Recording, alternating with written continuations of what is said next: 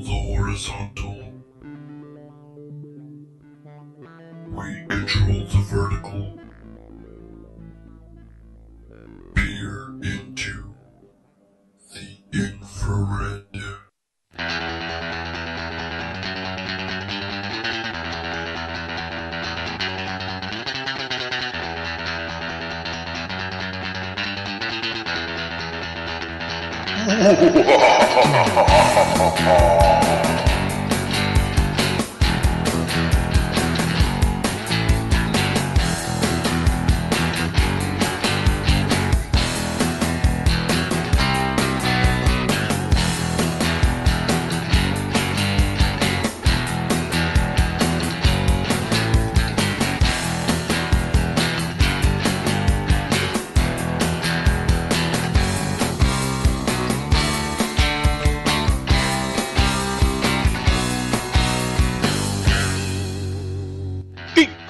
Nerds, gamers, and fans, this is Tales from the Infrared. Join us as we dive into fandom and explore comics, gaming, sci-fi, and fantasy, all from a red pill perspective. Hold on to your phasers, it's time for a nerdgasm!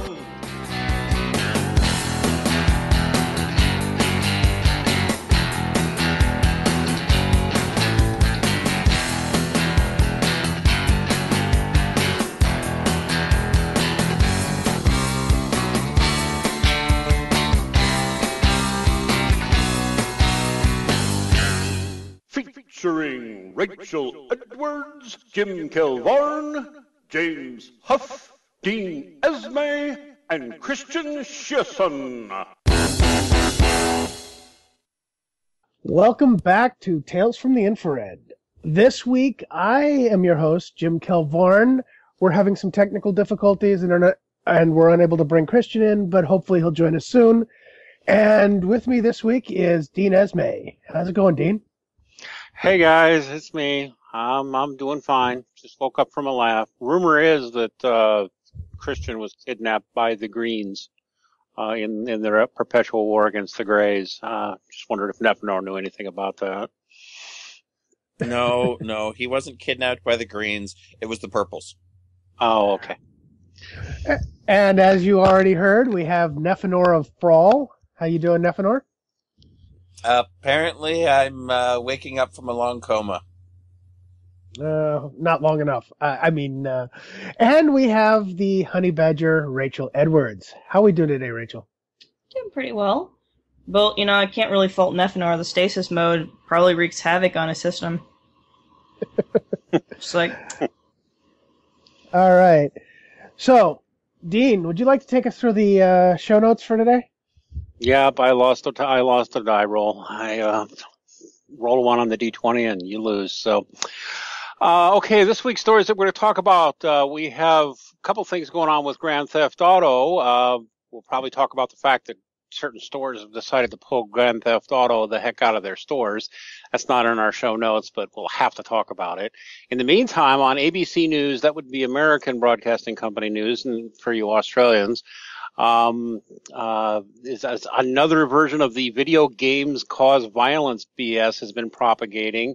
And this time, apparently, ABC News in America is playing along with it. If you look at the video in our show notes, you'll find an example of what they're calling somebody reenacting Grand Theft Auto in real life. This has happened before. If you look back in 1994, there was a story about the classic video game Mortal Kombat, which involved similar silliness.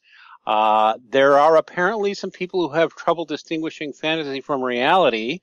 As far as we're concerned, this is a mental health issue, not a video games causing problems issue. But apparently, this little chestnut will never die. You gotta wonder what's next. Heck, I even remember when people were blaming heavy metal music for killing because some murderer was listening to AC/DC when he went on a killing spree. What the hell ever, right, guys? Indeed. We'll talk about that more during the show discussion phase. Also, Gawker has come out and in their financial reports and in talking to reporters at Capital New York and other financial magazines have admitted, Gawker Media have admitted that Gamergate cost them 7 figures, quote, 7 figures, unquote, in lost advertising revenue. This was according to the head of the advertising department at Gawker Media, Andrew Gorenstein, and he said this at an all-hands meeting on Wednesday afternoon, according to 2 people who were in attendance at that meeting. The Gawker staff gathered in the Sunshine Cinema on Houston Street at 4 p.m. for the meeting, 3 hours after Gawker CEO Nick Denton sent a 4,000-word staff memo announcing a new management structure. The anti-social justice warrior Gamergate movement, which accused Gawker Media of unethical journalism practices, began targeting Gawker's advertisers after Sam Biddle, then an editor at Gawker Media's Silicon Valley blog Valleywag, tweeted an obviously sarcastic endorsement of bullying. Ultimately, Gamergate is reaffirming what we've known to be true for decades. Nerds should be constantly shamed and degraded into submission, Biddle tweeted on October 16th. People were annoyed by Gawker Media for a little more than that, but I think that was probably the straw that broke the camel's back in a lot of people in the gaming community's minds. More on that during the discussion phase. Also, in a surprising bit of news, Stephen Moffat has confirmed his opinion that the Doctor of Doctor Who fame can and should be a woman. Yes, Doctor Who's showrunner Stephen Moffat has announced out loud that the Doctor not only can be a woman, but that the character's next reincarnation may finally see this monumental and supposedly long overdue change. He's also confirmed that gender itself is fluid for the residents of Gallifrey, something effectively proven by this past season when the Master's new form was revealed to have switched genders, and the Doctor was not shocked by the change. He was shocked by the fact that the Master had survived and weaponized the dead and pretty much everything else she'd done, but not particularly the gender swap. As Moffat told Wales Online, he doesn't seem to register the fact that his old friend is now a woman, so obviously he doesn't think it's a remarkable thing to happen. We must assume that gender is quite fluid on Gallifrey. Gallifrey being the planet that the Doctor and the Master were both from.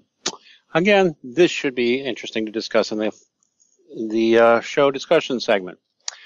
Also, Gamergate porn star Mercedes Carrera's cam show charity donations were declined. As you may have heard, porn actress Mercedes Carrera turned down, offered money from her adult cam charity show to Able Gamers, and they turned her down, presumably due to her status as a porn star. You can find a link to that particular story, the YouTube where she talks about it, also in our show notes. Okay, so those are the things we'll be talking about this week, plus I believe we'll be doing a bit of a post-mortem on Walking Dead, at least this season, and maybe a little bit about Gotham too. So, what do you guys want to talk about first? Grand Theft Auto or Gamergate? Oh, jeez. I actually would like to talk about Doctor Who first, personally. You can talk me into it. Why don't we go there? I was not, as everybody knows, I was not surprised that Missy was the Master. In fact, I'd been predicting that all along. And there have been hints about sex changes during Regeneration in the past, in past episodes of Doctor Who. I think Moffat may be going a little overboard with that statement, especially with the word should. There's never been any indication in the canon that this is a commonplace thing. There's just been statements and events here and there over the past 40 years that it can happen. So what do you think, Jim, since you have an opinion? Well, I have no problem with the Doctor being a woman. In fact, I think, let the Doctor be a woman, let the Doctor be whatever. I don't really care because I love the Doctor when he's played and written well. That I have no problem with. I actually do have a problem with Moffat basically coming out and saying, this should have happened. This should happen. This needs to happen. I mean, come on. It doesn't have to happen. Why does it have to? I want to hear the logic on why it has to happen. Honestly. I mean, I don't have a problem with it happening. I want to hear them justify the statement of, this has to happen. Like, will be some great stride forward for Doctor Who and or humankind or something. Yeah, I mean, that's pretty much kind of my thinking on it is, how is this so great that it needs to happen? I mean, if it needs to happen, why didn't it happen beforehand? But go ahead, Neff, what do you got? Well, here's the thing. I don't want it to happen for two reasons.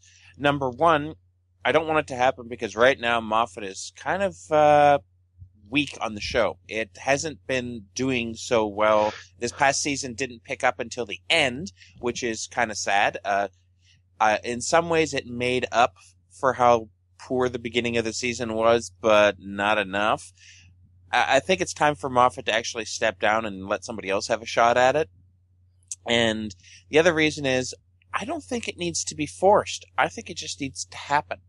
I think it needs to be more natural rather than just, I'm going to make him a woman.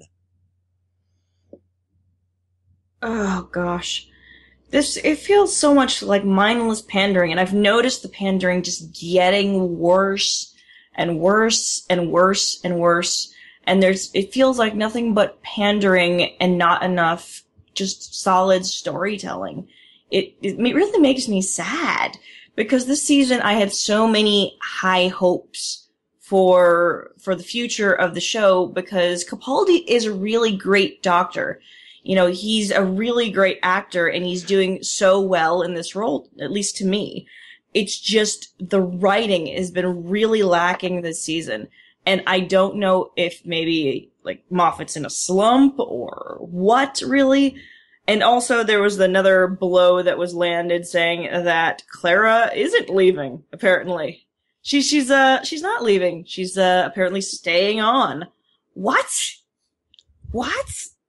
Yes, I agree. Stephen Moffat needs to fucking step down, first off. And I despise the idea that the Doctor has to be anything more than he already has been. He's done a very good job being the way that he is, and if there needs to be a female, it needs to be well written. Well, go ahead, Dean. I'll jump in after. Well, I guess I can somewhat pull rank as the longest time Doctor Who fan here, since I started back in around 1980, I think, watching the 70s episodes.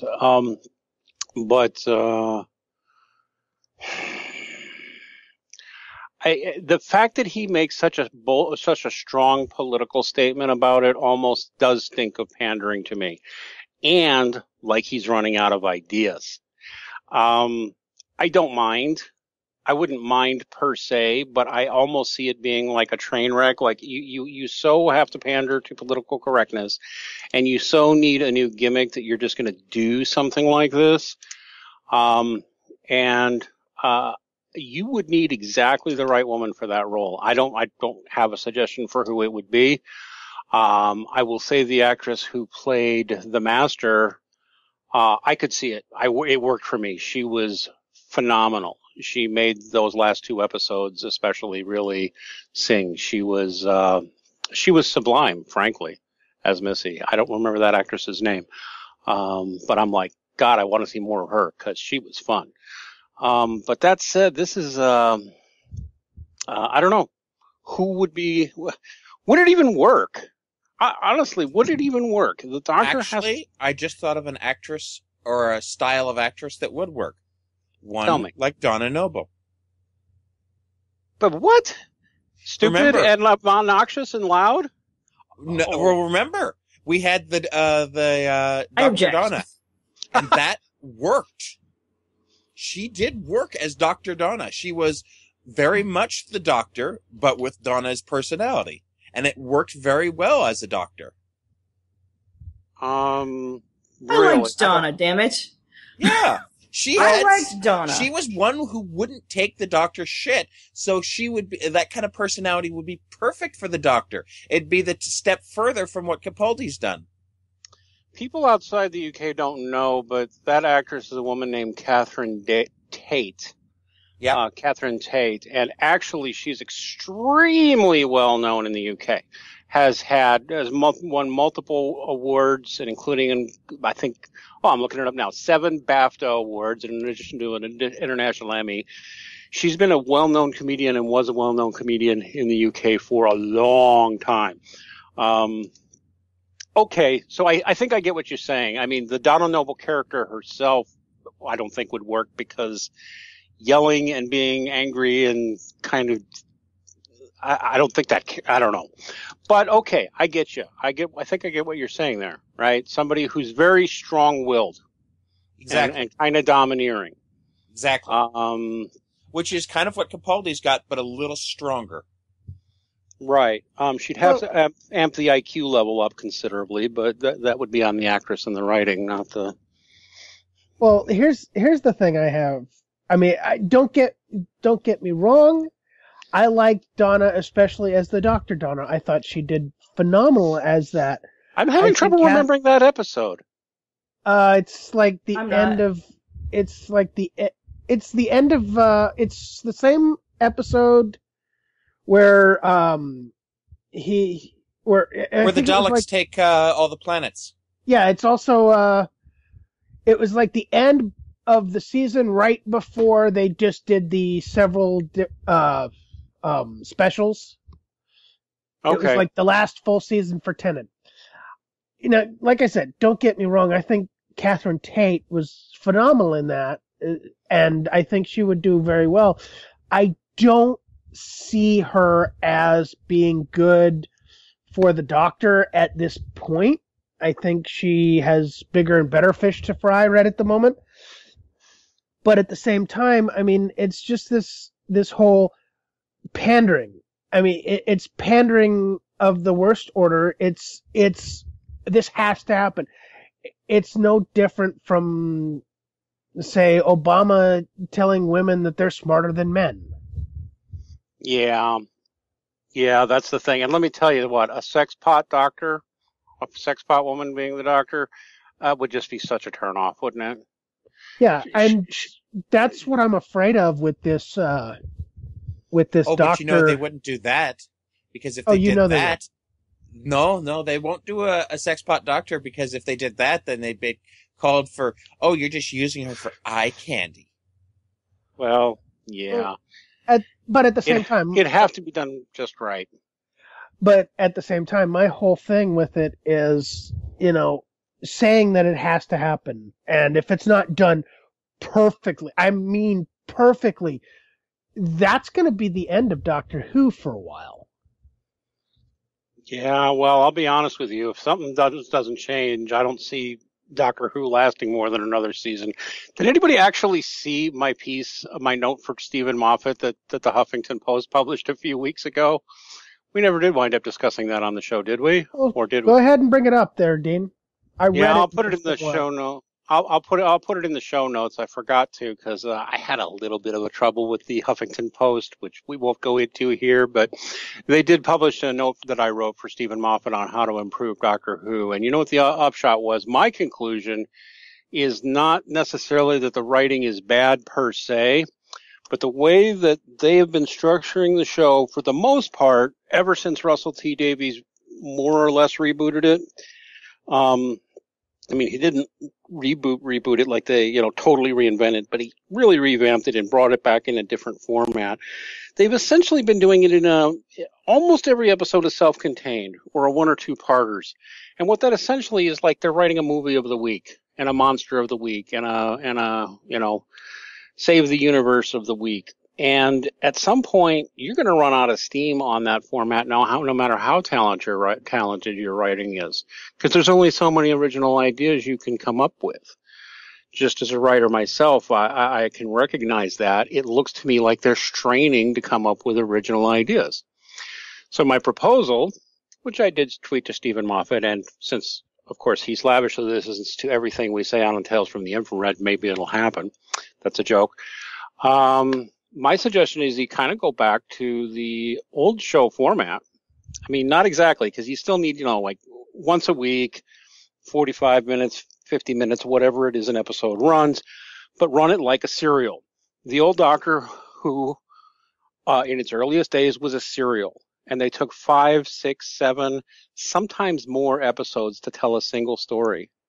Why not do something like they did on Torchwood with the Children of Earth thing, and one season, one series, 8 episodes, whatever it is, one big story. I don't know necessarily what that one big story would be. I didn't even suggest one in my column for Huffington Post, although I would think, I don't know, the quest to bring Gallifrey back or something like that. I mean like the whole series, the whole season, every episode devoted to advancing that. Instead of trying to come up with something new to do with the Daleks and something new to do with the Cybermen and something new to do every single episode. Stop doing self-contained episodes for a while. What do you guys think of my idea there? That might work better, actually. I mean, to be perfectly honest, sorry to cut you off, Jim, but I mean, look at what's gone well with Sherlock. I think Sherlock has done so well because they've kept that format. There's such a large margin for error when you're working with Sherlock. I mean, it's good source material and stuff. But if you, imagine if that had been expanded for like 20 episodes. Like season 1 of Sherlock. Imagine if that had been like 20 episodes. Minus the other seasons. They would have run out of stuff and you would have started getting bored. You just would have. And forget about Torchwood Children of Men. Torchwood Miracle Day was much better season. Yeah, I have to give Nephenor that. I don't know. I liked Children of Earth. Miracle Day was great because it had that whole overarching nobody dies thing that just really made it. Well, yeah, and the hot, sweaty guy on guy sex. Okay. Now, just to get to my point. I'm down, Rich. Okay, guys. Save that for the after show orgy. Now, my thing is, Doctor Who's been around for a while. It worked in the 60s, and I would like to see it go back to the old serial, but I don't think it would happen. And here's why. Currently, society doesn't have the attention span that it would take to keep going for that long. Let's look at some, I will point to Enterprise, but on the caveat that Enterprise did bad writing over the course of season 3. But the longer you carry out a storyline, the quicker people tend to get bored with it. I'm not saying that a longer storyline that is compacted over, say, 4 or 5 episodes, that would be fine.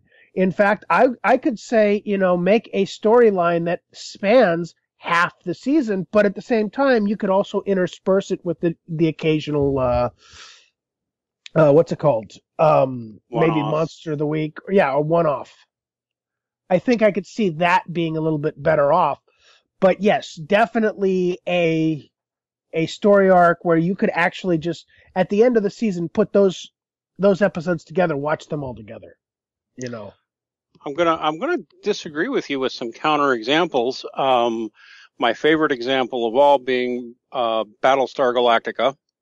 The rebooted Battlestar Galactica was basically one big long story that took 5 seasons to tell, and it was magnificent in my opinion.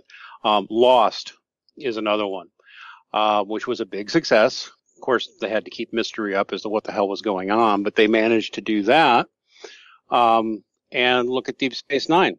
Its last several seasons were all about one big war that was going on. And they did that very well. So this sort of thing can be done. You do have to think big, right? But this sort of thing can absolutely be done. And I think it would improve the show because that sort of thing allows for more character development. And it gives the writers some breathing room. I don't have to come up with a new idea per se. I need one big idea. and several little ideas, and now I can concentrate on character development, and I just think it would work.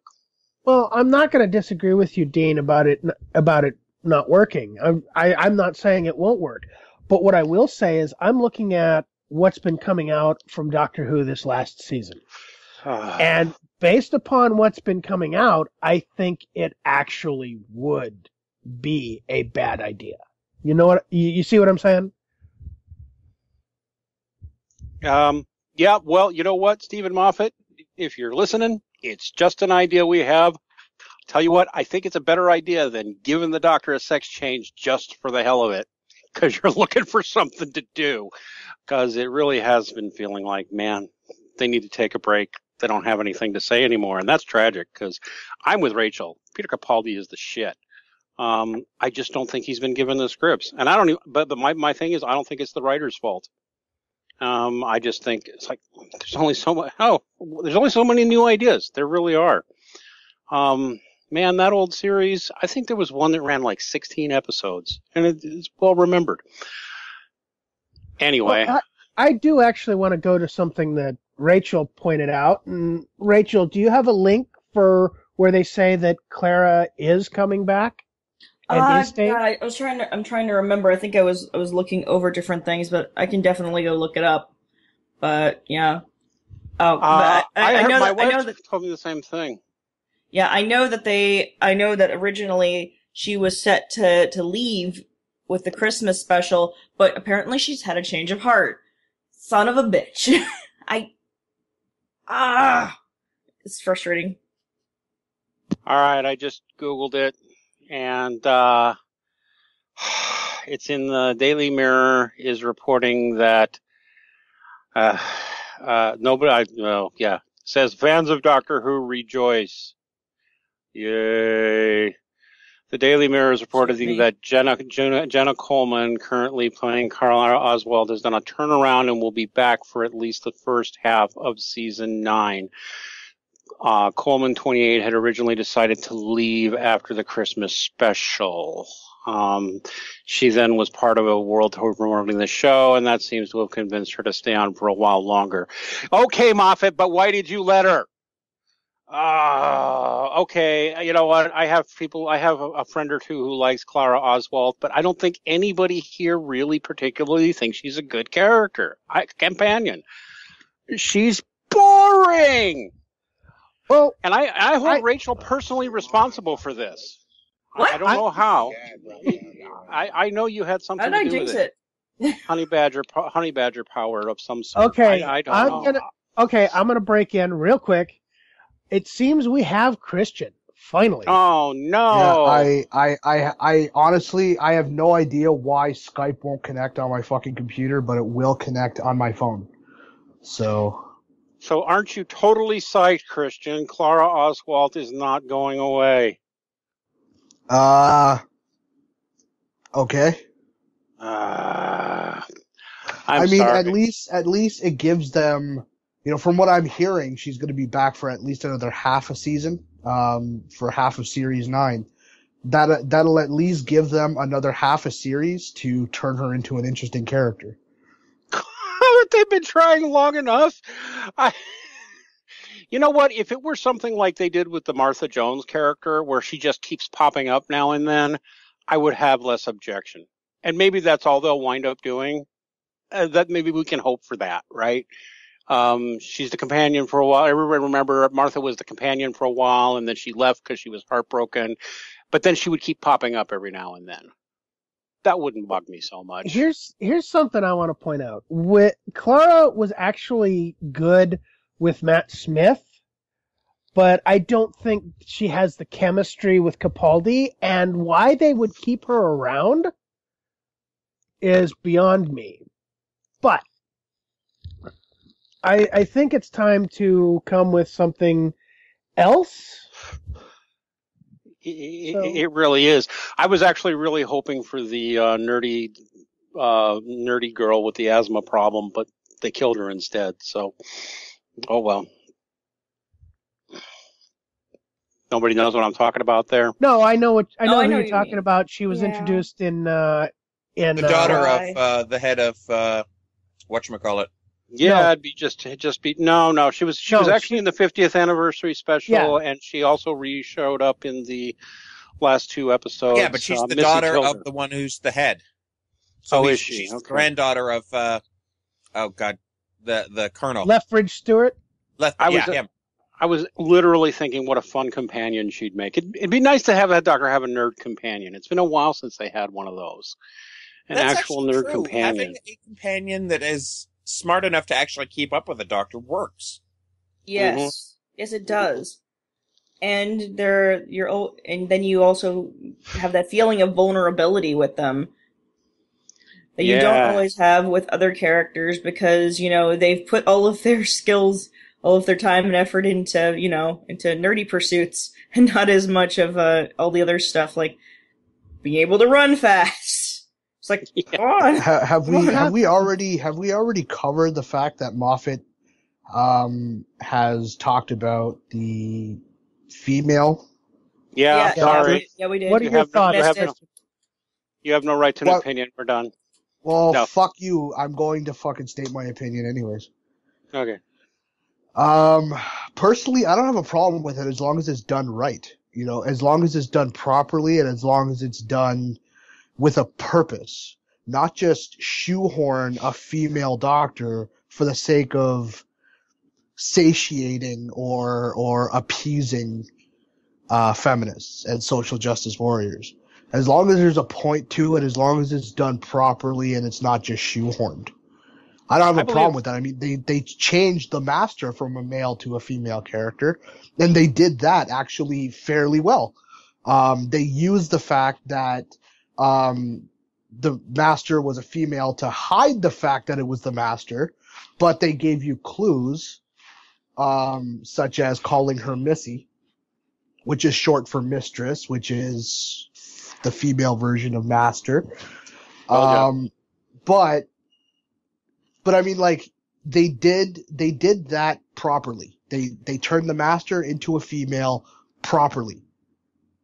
I hope when they do it for the Doctor, they make the Doctor a female Doctor, they do it properly like that.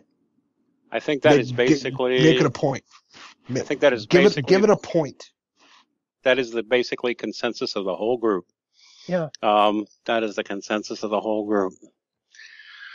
So, did anybody see the ABC News story on the Grand Theft Auto real-life crime spree? Oh, God, yes. No, but it doesn't surprise me at all that ABC is the I'm one Canadian, that of did course it. not. I'm saying ABC, it doesn't surprise me at all that it's ABC doing it. They've done this kind of shit before. Maybe not. Well, watch it. Here's the thing, Rachel, go ahead, take a couple of minutes, go watch it. Oh, because I'm going to tell you right now, my brain is about to hemorrhage. That entire piece had an infomercial tone to it. It came across to me as an infomercial. They were trying to sell you on something. They weren't reporting anything. They were trying to sell you something. And what they were selling you was the idea that violent video games creates violence, even though they pointed to two examples. I mean, the one kid that they were discussing, and then they pointed to an 11-year-old who did very much the same thing. However, they don't point to the hundreds of millions of other people who played the game on the various platforms that it's been on and didn't go on a killing spree or started stealing a bunch of cars. Well, I want to point this out. And, I've been a gamer for a long time. And this is the same thing I've seen just about I'd say every other decade is the best way to put it. And they've done it with Dungeons and Dragons. They've done it with comic books. Anything that's not that, it doesn't conform to what they want. I hate to say it, it's the popular kids saying, just bullying the geeks again. And this is a mental health issue. Seriously, if you've got one apparently two kids doing stupid shit, playing Grand Theft Auto in real life. And yeah, that's a bad thing. We do not recommend you try this. It is fantasy. It is a game. It's a video game. There are consequences. As the story said at the end, this guy who did this is facing probably 30 years in prison for it, which I think is good. If he did it, he's found guilty, put him away for 30 years. Okay, get him the mental help he needs. I'm not denying that. But to sit there and try and confuse video games for causing this, that's a load of horse shit we see every 2 decades. And it's been disproven many times. It's not the video games doing it. It's a mental health issue. Go ahead. I just posted a link in the chat. We can throw it in the show notes if you want. Grand Theft Auto 5 was just released, and kids are already saving elderly people over it. 2 teen brothers from Toronto went out to purchase a copy of Grand Theft Auto 5 at midnight, and on the way home they came across a house that was on fire, and with a 70-year-old man trapped inside. The boys called 911, heard a fire alarm going off from the house, broke down the door, and tried to rescue the man from his burning home.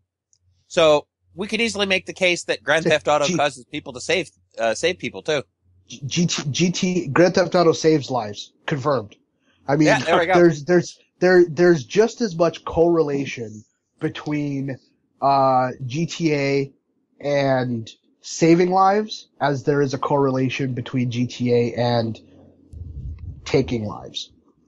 Well, that's the thing is he didn't actually take lives in the news story. He just stole cars. So you can't say that it's taking lives. There's a correlation between Grand Theft Auto and saving lives and Grand Theft Auto and stealing cars. At the same time, I can sit there and argue, look at rap. How much does that glorify thug life? And how many people do we have trying to be thugs and act all big and bad?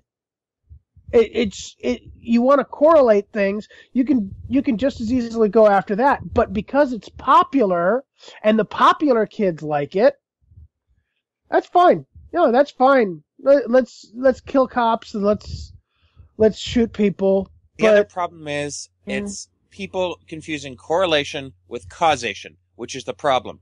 I don't think it's even that. Well, no, there's a correlation between certain things, but that doesn't mean it causes it. And that's the problem. They're saying it does, and it isn't. It's not causing anything. It's just there. You could say the same thing about, well, since women were given the right to vote, more men have died. Well, you could say that. You could say all sorts of stupid things that are correlated, but it doesn't mean they're caused by. And that's the thing they need to realize. Well, the reason why I say it's not even that is not because you aren't right. You are right, Nefanor. But the thing about it is that I think what this really comes down to, it's not about people really legitimately thinking that this is a thing. I think it's that these people on these slow news days need something. They need something that's gonna get their ratings going. And so what do? Create some hysteria about fucking video games because it's a slow news day. It's a slow week. And, they need to toss something together. That tends to be the fallback. Whenever there's something like this, it's a very easy news story for them. It's something they can very easily slap together. It's fucking ridiculous. I actually have a countering prevailing view to all of you. Not exactly, but this story actually made me happy. Cause let's see, what's the date on this story? When it came out? It's been like a week, right? It had no legs. I've been looking for more on this story to see if they were going to be making more of it. And so far, at least, I haven't seen but 1 or 2 stories about it, which means it looks to me like they attempted to make a big deal out of it and nobody bought. Nobody bid, which actually makes me really happy. Because I mean, I don't even know if Jonathan McIntosh and Anita said anything about it, but if they did, nobody paid any attention, it appears. This went nowhere. Some guy went nuts and decided to act out a video game. Okay, we've seen that. I've seen that for so many years. The first hysteria I remember, and someone said it earlier, I think Nefanor is old enough to remember it too. I remember the hysteria over Dungeons and Dragons and how this was causing kids to get into witchcraft and demonics and killing each other and all kinds of crazy shit. And that stuff was in the news all over the place. In fact, my stepfather was involved in a murder trial where a guy tried to use Dungeons and Dragons as his excuse for killing somebody. My stepdad was a federal agent, believe it or not. And he was asking me all kinds of weird questions because the D&D manual was being used as evidence in court on a case he was on. That's how crazy it was getting back then. And that hysteria subsided, but it went on for a while. There was hysteria over AC/DC because there was some serial killer called the Night Prowler, and he was apparently listened to the Highway to Hell album all the time, and that was found playing in the serial killer's house when they finally caught him. So, supposedly AC/DC made him do it, and that went on for years, at least a year, if I remember right. People were bringing that garbage up. And where did this story go? It seems to have gone nowhere. Is the culture getting smarter? Are even the social justice warriors able to stop and look at this and say, no, this is too dumb even for us. We're not touching it? I don't know about that one, Dean, but what I will point out is this has been happening so often, and it's getting worse, but there's also the fact that we have Gamergate, and they're starting to sit there and have some real traction and point to the corruption in media. And this stinks exactly like the corruption in gaming media. And it's like, do some fucking research, go back and look. And what did we get from Mortal Kombat? Now we have the ESRB. I don't have a problem with the ESRB. There are certain games that children shouldn't be playing, in my opinion. That's my opinion. Anybody doesn't like it, they can kiss my ass. But at the same time, there is a point we need to sit there and say, we're going full Macintosh. And it seems like news outlets are going full Macintosh, and just it's clickbait, for lack of a better way of putting it. It's just becoming clickbait and trying to stay relevant, and it's not working. Well, Dean mentioned AC/DC and the media's attempt at sort of showing causation between like metal music and serial killers. Anybody hear of this new hashtag, Metalgate? No, what's going on with that? Apparently the social justice warriors are trying to say that metal is sexist now. My god!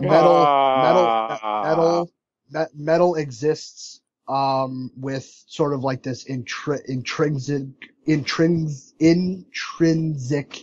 sort of conservatism, which anybody who's a metalhead knows that actually when it comes to metal, there's a lot of liberalism in metal. It's not a conservative art form at all. Wow. Nefanor, they're calling metal music. Dude, Nefanor's old enough to remember this with me. I know, right? You remember, you remember heavy metal was devil music. I mean. Yep. Unfortunately, I do remember that insanity. Going to turn you over to Satan. Hold on. While I may not be old enough to remember this, I do speak with older people on occasion. So, if you go back even further, let's look at Elvis and how he was corrupting the youth. Yeah, with his hips. Yeah, with his hips. Beatles. The Beatles was corrupting the youth. No, it's still all about those pelvic thrusts that Elvis did. Yeah. Well, it's the pelvic thrust that really drives you insane. The thing with it is Elvis wasn't actually doing any pelvic thrusts. He was just shaking his hips from side to side. No, I just had to put in that reference. Yeah. Because it really drives you insane. Yeah. Yeah. Yeah. Yeah. You know Thank what? you, You know Rocky what? Horror. Um, the whole and you know what? People will say this stuff doesn't matter, but I don't know. It kind of does because these people can get their way. What nerddom should really remember is that the comic book industry was nearly destroyed by this kind of hysteria. With something that used to be called the Comics Code Authority because of a guy named Wortham back in the 50s. Convinced, I mean, there were congressional hearings and everything saying that comic books were destroying our youth and making them immoral and making them turn to lives of crime. And it actually destroyed dozens of publishers and made for an era of very boring and bland comics. I don't see that happening. You know what really gets me about this?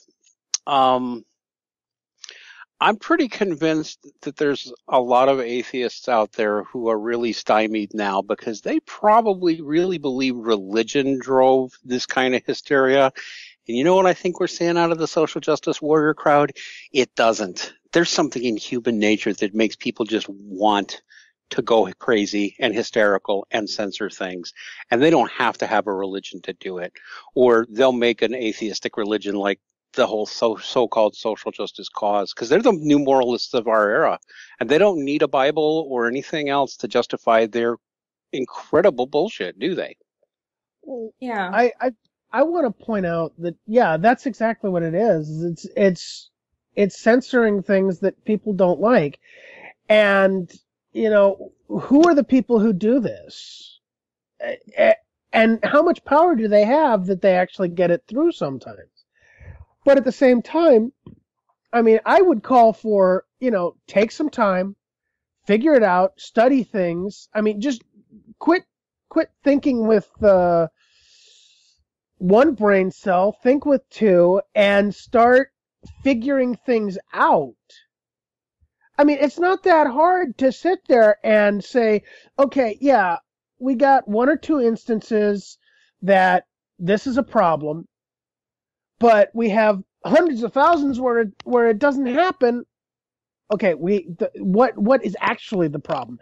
And I'm going to go back to what was stated in the show notes. This is literally a mental health issue. These people need services to help them with dealing with reality. And sadly, I mean, I'm going to be kind of really an asshole here and say I think the social justice crowd also needs some time in a couch and in some therapy to figure out that, you know, censoring people, censoring what people's ideas, censoring new things that might create a better world is not the way to create a better world. I honestly, I'm going to call it right now. I think social justice warriors need time in therapy. Well, you know, in terms of the atheist thing, and I wanted to go into this, I don't think, and I've heard this from other atheists as well, I don't think that it's necessarily that religion makes people crazy. I think it's something that's, you know, flaws within the human mind that create things like religion and that create a lot of this hysteria. It's things within people. And you don't really need this. All you really need is a group. So it's mob hysteria that really does this. It's that tendency within the brain to connect one thing to another, like one action, an action to a fallout of a situation that when the two aren't really linked at all. It's falsely linking two things together that have nothing to do with one another because one preceded the other. But yeah, that's just my take. Well, I'll partially agree with that because I've seen it a lot over the years, and it's really people. I hate to say it. I think it's people just trying to link things together that just can't be linked because they don't really like it. Yeah. I mean, these moralists, the Christian fundamentalists in the 90s and the 70s, these social justice warriors nowadays, it's a load of horse shit. I mean, you don't like it, tough shit. There's a lot of things in this world I don't like. Guess what? I deal with it. I mean, to borrow from Karen Strawn, put on your big girl panties, people. Go for it. I think it's ultimately comes from the urge to control. It's the urge to power. It's the urge to control. And that's really what it is. And you can manipulate people through fear. Through fear and outrage. Has anybody actually noticed that most of it seems to be coming from like the Bay Area, San Francisco? Yeah, what is it about San Francisco?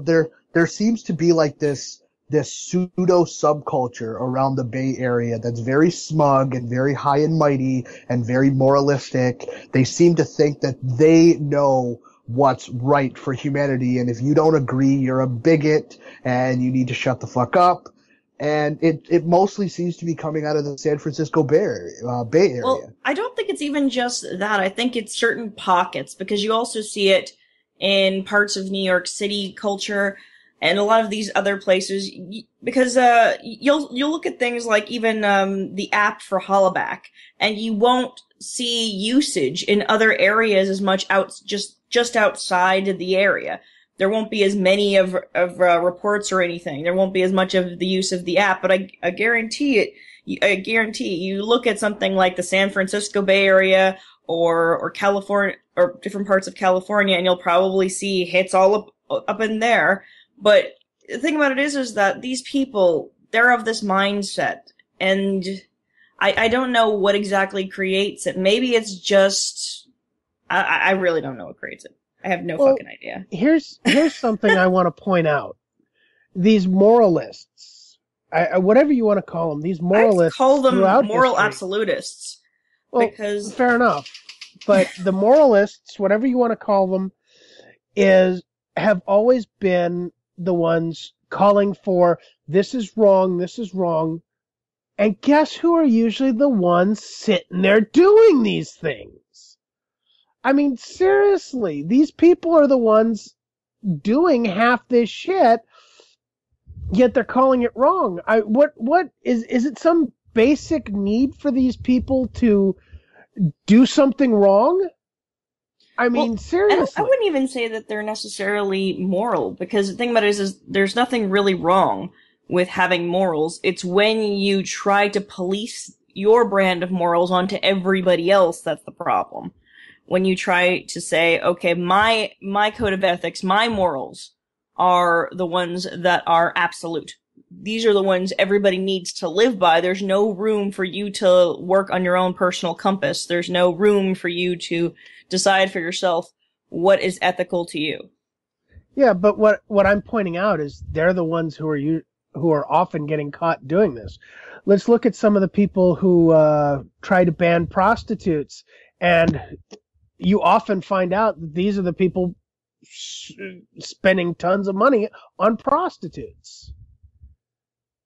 This is what I'm talking about. Is they're saying, I'm starting to think so in a lot of cases, but it's like seriously, and I agree with you, Rachel. It's people have their own different moral codes, and in this world, we need to start saying, hey. I have my way of doing things. You have your way of doing things. That's cool. I'm okay with that. But the minute you start telling me what is and isn't right for me, my answer tends to be fuck off. Somebody else take it for a little bit. I'm done venting. Well, I mean, maybe we should go into Gamergate. Like, go into the bit about Gawker. Well, we might as well. Or how about Gamers Plus? Gamers Plus. God. Jesus Christ. Did it actually happen? Yes. Wait a minute. It fucking happened. There's a schism similar to Atheism Plus? Well, they're trying Oh, no, it's a hashtag that they started that quickly died out. Yeah, but it's just... Oh, God. But they're trying to revive it again. That's the problem. All right, let's dial back a little bit, because people need to know what it is. We will talk about the Gawker thing, but yes, okay. Apparently, somebody tried starting a hashtag called hashtag Gamers Plus. the only thing I can't figure out is, was it just a Poe? Nobody knows what Gamers Plus is. That would be a pretty obvious reference to a horrible little thing that happened called Atheism Plus a couple of years ago that more or less destroyed what had been, or completely fractured, let's put it to you that way, what had been a budding atheist community. Now, I never thought you were going to successfully make a community out of atheism to begin with, because that just seems dumb to me. But in any case, that's what happened. And it was basically hardcore social justice warriors who were convinced that their atheism was part and parcel with a new morality that everybody would be following. And they were basically, and still are, making a religion out of their atheism. So somebody started Gamers Plus, apparently inspired by that. The only thing I'm wondering is, was that just a Poe? It's so obviously most stupid. Of the posts for it are complete and total bullshit. They're just pictures with a bunch of hashtags. That's all it has been for the past few days. So I'm not sure if people shit posted it into nothingness or what. Yeah, I smell 4chan. Here's the thing, Poe or not, there's bound to be a social justice warrior or two out there dumb enough to try and to take it and run with it. I would have to agree. I would have to agree. It's just like when they had a hashtag to end Father's Day, feminists were screaming, this is not, 4chan started it, this is not real. Only it backfired on them because plenty of real feminists were jumping on board and saying, you're damn right we should end Father's Day because patriarchy. And so, they tried calling it straw feminist, but the real feminists screwed that one up for them. I don't know. I don't see a whole lot on this Gamers Plus hashtag. It'd be funny as hell, though, wouldn't it? Well, I would say, it'd be hilarious as fuck. I would laugh my ass off. I would say it's a Poe, but at the same time, yes, you're going to have people that are going to jump on it and say, yes, this is correct. And I'm starting to think that I really, really am starting to wonder if these people don't need some mental health services in their future. I mean, I question this. If 4chan can sit there and create crazy ass shit, and you're jumping in on it and saying, yes, this needs to happen, this is correct, maybe you need to go see a doctor. Maybe you need to see a psychiatrist. I know a few good ones. Somebody, please. The real story is, to me, the fact that Gawker actually reported and admitted to losing over $1 million in revenue. They say 7 figures, so I'm going to guess that's more than $1 million. I'll bet it was several $1 million in advertising. Now, they spun it, and they claim that they've still shown year-over-year growth, so that they had more this year than they did last year at the same time. But to me, that is pretty obviously just spin. They're not wanting to admit what the real number is. But they know it cost them. And the fact that they brought in a whole new management team, that tells me Gawker, who was one of the main instigators that pissed off gamers in the first place, really got an ass whooping. And we've seen, I don't know, not mass firing so much as it looks like some resignations, some shuffling around. I don't think there'll ever be an apology.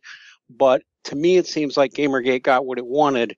And actually, if you ask me, as the boss of Gamergate and the one who's in charge, it's time to stop on Gawker. Because it seems like everybody's obsessed with Gawker now. And it's like, wait a minute, there were like 10 different publications that all colluded on that mass anti-gamer narrative. Do we have to keep hammering Gawker, or have they learned, have we made our point? And do we need to be turning our attention on others? I got a good it's all point anybody on this can one. talk about. Okay, I'd like to hear Nefanor's opinion. Okay. As the alien overlord of Gamergate, I do support fully the rebuild initiative that we're doing. And this is, instead of going after people and saying we're boycotting anyone who advertises with these people, it's going to developers and going to publishers and saying, hey, we like your stuff. We support you. We want to help you. Talking to the people who actually make the stuff and trying to say, we are your customers. We are the people that you should be listening to. We like you. We're trying to help you. We want you to be able to speak whatever you want and make whatever vision you want for your games. And this, the Rebuild Initiative, is the best way to do it because right now it's pure positive. It creates a great, I'm trying to think of the word, a great link between gamers and the people who make the games, and that's what we need. I have to agree with Nefanor on that. It would be a wonderful way of creating a connection between those of us who love to play the games and those who love to create the games. Nefanor, Christian, Rachel, and myself are part of 20ounce.com, and we're trying to do something similar with that site and help them out, help out the game developers, and give it more of a, okay, this is a community. Because that's what gamers are. We really are a community of like-minded individuals, and we just want to play our games. And let's have a dialogue between the developers and the gamers, and let's get rid of some of these people like Gawker. And I also want to go back to what Dean said about stopping on Gawker. Yeah, I think it's time to stop on Gawker to a certain extent. I mean, when they start getting uppity, sure, give them a couple slaps around like we have been, but at the same time, sit there and say, go after the other sites that were jumping on board with this. It is time they need to be hit too.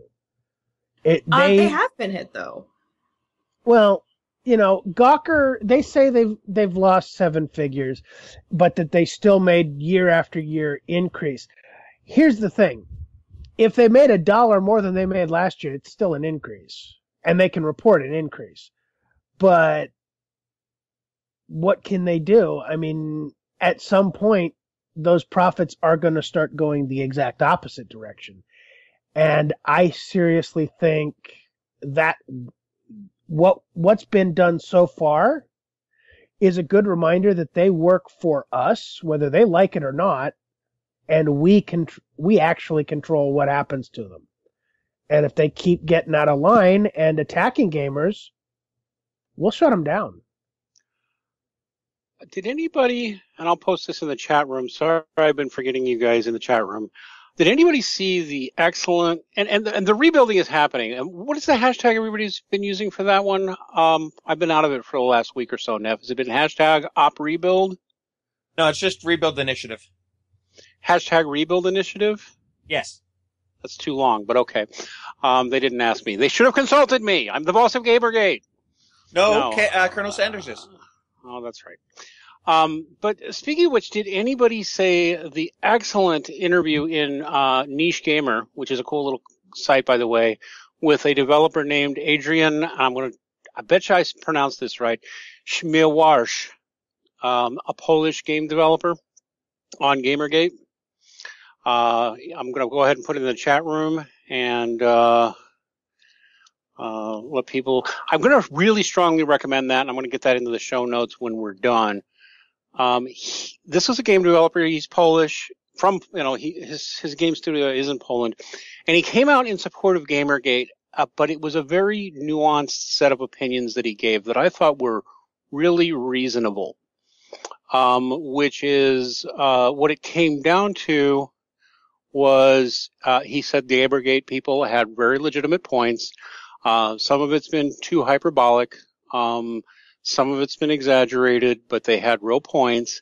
And the real solution is more media and more diversity in the gaming media. Well, gosh, that would be what the Rebuild Initiative is all about now, isn't it? Oh, yeah, absolutely. And the thing about Gawker, I mean, it wasn't just Gawker. It's just been, Gawker has been the largest beast. It's been the giant dragon that people wanted to take down because they were just relentless. It was on Jezebel, and it was on Kotaku, and it was on, their main site.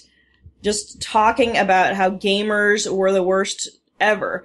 So it's not necessarily that it's such a focused attack on Gawker. It's been an attack on all of the people, all the advertisers that have been supporting these different sites that have been incredibly corrupt and unwilling to change, unwilling to put these ethics codes in place, to acknowledge that what they did was take one big shit all over their audience and then expected them to continue to be consumers.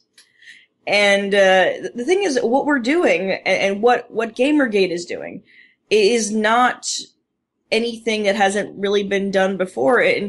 Okay, maybe online it's something new, but in the past there's always been some groups that showed up to try and keep organizations, keep the media honest. But the situation is when we do it, when we don't look like concerned parents or we don't look like those moralists that people are used to seeing, they say, well, you guys are terrorists. But when they do it, they're just concerned citizens. And that's the situation. I don't think there should be, I think that what we've made our point. We've made an example of Gawker. We've held them up and said, okay, this is what could happen to you guys. And I think a bunch of other sites are going to start falling in line, to be honest. That's just my opinion. Yeah, I mean, I was just wondering if, what I've been noticing on Gamergate, is that everybody was just targeting Gawker hard. I don't mind because they are the worst of the worst. So maybe they were the one to take down. I do know that at this point, it almost feels like, okay, look, you're not going to destroy this multi-billion-dollar company. Guys, you're just not gonna. And so, yeah, I would really think we need to either start targeting other companies or even better, the Rebuild Initiative. 'Cause it's time for new media on this. The people like Gawker were the new media 10, 15 years ago. They're the establishment now. And once in a while, the establishment just needs to be overthrown and challenged. That doesn't mean they have to go away, but completely, because I don't think you can make that happen. They've still got enough clout. They won't just disappear. They can just fire their entire upper management team and they'll still keep going, right? But well, I don't know about that. The reason why they continue to keep going is because they run their business really shadily.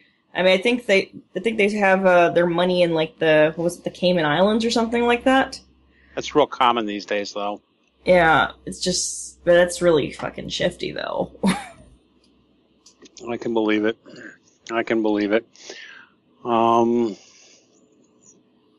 So, yeah. And also, you know what? I totally missed the Mercedes Carrera thing. So somebody tell me what the hell that was all about. Oh, I can tell you, because we were talking to Mercedes in that episode of Honey Badger Radio. But basically, you were talking about male sexuality on that show, weren't you? Oh yeah, it was fantastic. Right. It was a good, why didn't, good episode. Since you're so buddy with Mercedes Carrera, why didn't you get her on the show? buddy with her. Oh my gosh, I wish I was. She's really. They only awesome, did though. 3 films together. What do you want? What? Hey! Remember, she's. Oh yeah, you guys. Most of you guys don't know this, but she asked me if I'd be interested in reviewing porn.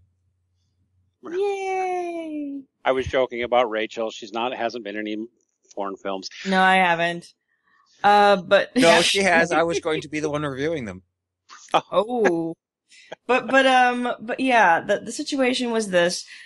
She, from what I've come to understand from at least the David Pakman interview and what we talked about on the show, from what I understand, it was a bit of a controversy between her and it was Able Gamers. That was the name of the charity, and I think it was somewhat of her involvement in Gamergate. And what I mean by that is they felt that in continuing to support her, it would be perceived as being political. While they didn't have any issue with her being a part of Gamergate, or even being a porn star, they had issue with the fact that now things had been politicized and now it would mean by supporting her, it would appear that they had taken a side when in reality they were very neutral on the topic of Gamergate. But I literally did not look at anything regarding this story, and I didn't even hear that episode. Although, I know I need to go listen to the episode you did. Hearing something nice about male sexuality would be pretty cool for once. But I got to be honest with you. If I were a charity, this isn't even a moral judgment per se. I don't think I would take money from a porn source anyway. It would not feel right. There would be too many people who would just be uncomfortable with it. Even if I had zero problem with it, I would know other people in my organization would have trouble with it. We run a Voice for Men, right? And we run on a donations basis, a pure donations basis. That could change one day, but been running for years on a pure donation basis. And if we privately got a donation from a source like that, fine, but a public source, we would probably want to turn it down. And we get offers for advertising for gambling and porn sites all the time, and we just turn them down because we feel that that would be sending the wrong message for what we do. And it has nothing to do with condemning porn. It has nothing to do with condemning gambling per se. We wouldn't accept advertisements for prostitution services either. It just wouldn't feel right for our image and what we do, and would leave us vulnerable to attack from a vector we don't need to be attacked from. So, do you think it was really about Gamergate, or was it really more about we're not really that interested in tying our charity to porn? Well, actually, I don't think that that's been the situation in this case. In other situations, I would be right behind you, Dean, thinking that it would probably have to be with the idea that they didn't want to make people who might have a different opinion or a different stance on pornography feel uncomfortable. But in this case, they were 100% down with her until there was something like an article or something, I can't remember, that was saying that this was that it was something like a weaponized porn or something, weaponized charity, shit like that, or something along those lines, that it was being used for some kind of political reasons in Gamergate, and they didn't want the idea of being used as a charity to make some kind of political statement. And even though that's not what was taking place, I can understand them wanting to drop out. I still think it was really shitty. I don't think that there's really a problem with accepting donations from people who do porn, from sex workers or anything like that. They often want to help where they can, and oftentimes many of them, probably don't always come from the greatest of backgrounds. I'm not saying that every porn actress or every porn actor comes from a bad situation, but, even it doesn't have to necessarily be a bad sexual situation. It can be anything. Maybe they grew up poor or something, and they want to give back. So I really don't feel like that is something morally wrong, but I do understand the idea of appearances. So I'm very conflicted on it.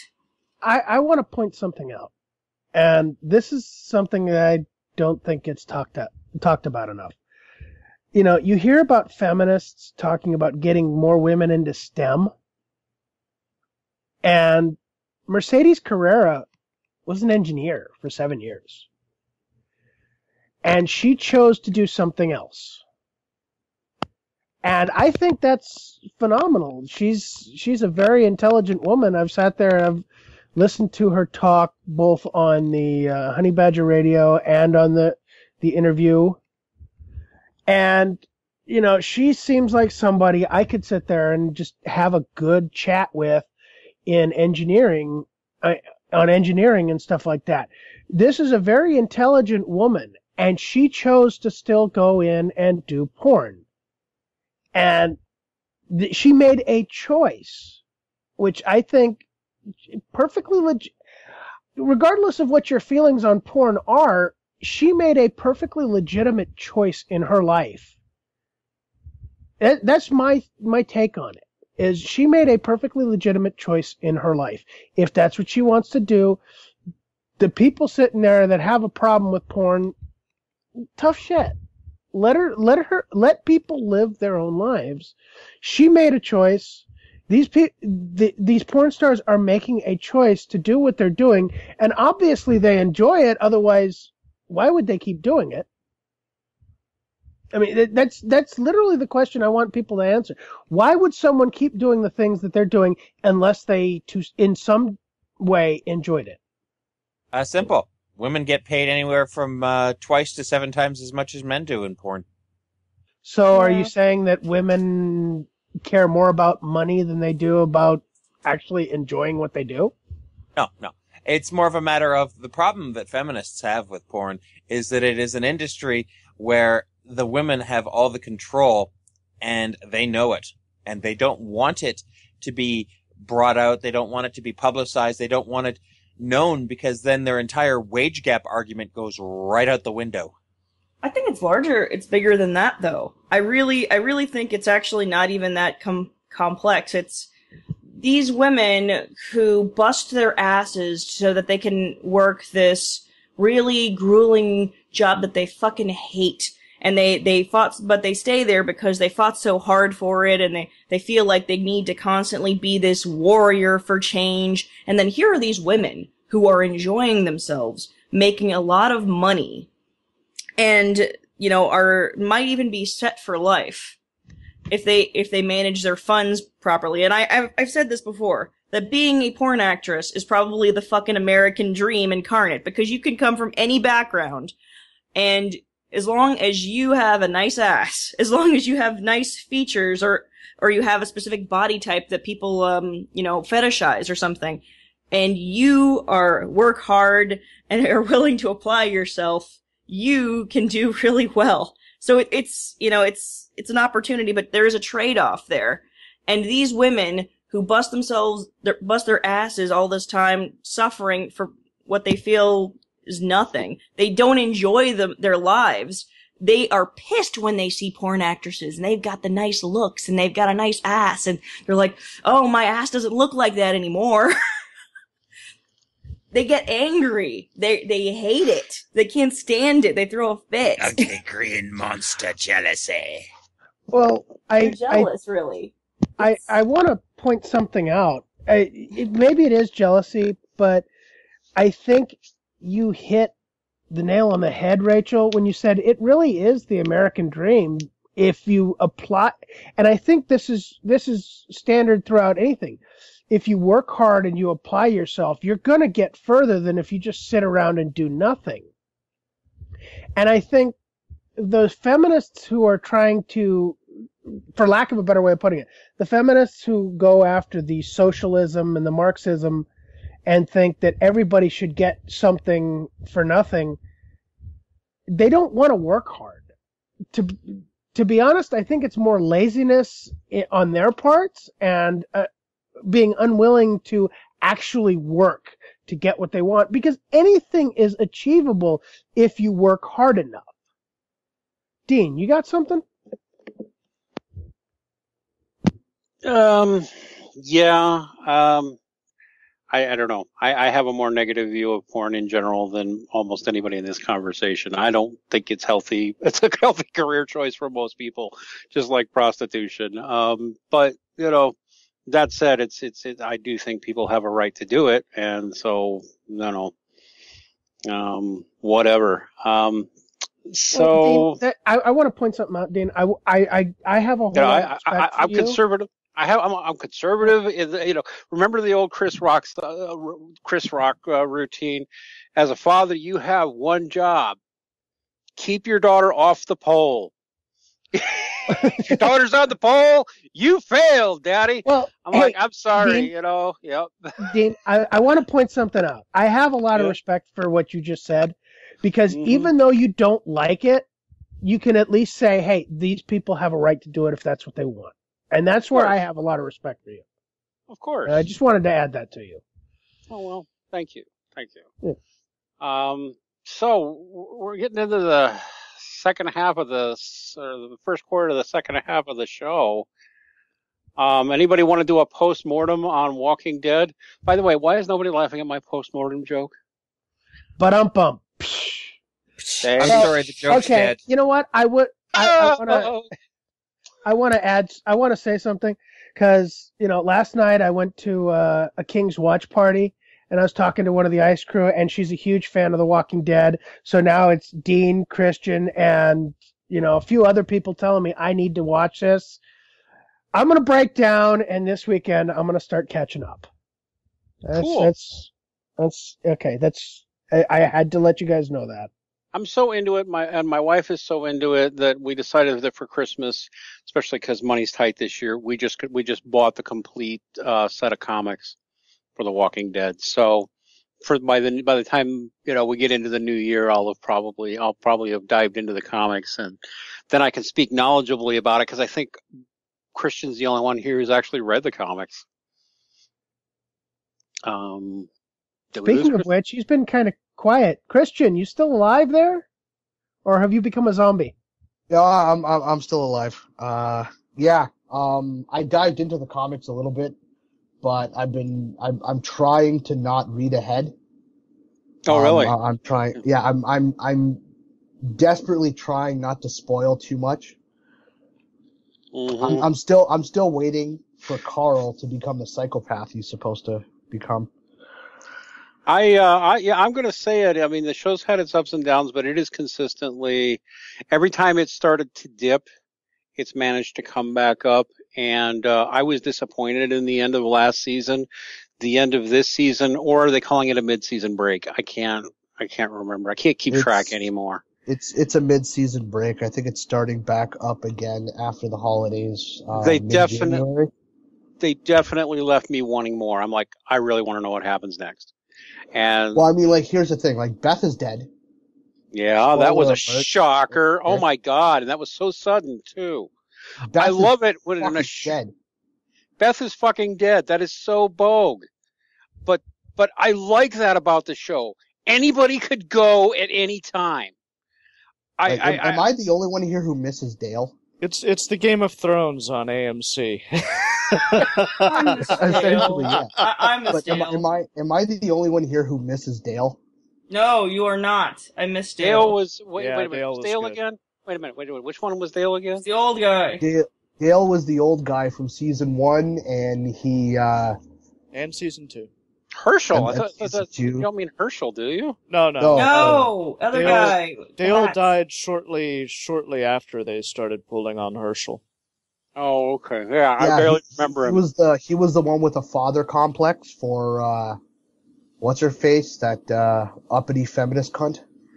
Okay. Well, I mean, there's the thing. That's what I like about it. Yeah, okay, Game of Thrones with gore instead of sex. Okay, I guess you could say that that's what Walking Dead is. The show is pretty consistently keeping me riveted and on the edge of my seat. And yes, I love that feeling of literally anybody could go at any time. Nobody is safe, ever. I think right now there's only 3 people from the original cast, isn't there? There's Rick, his son, and Glenn.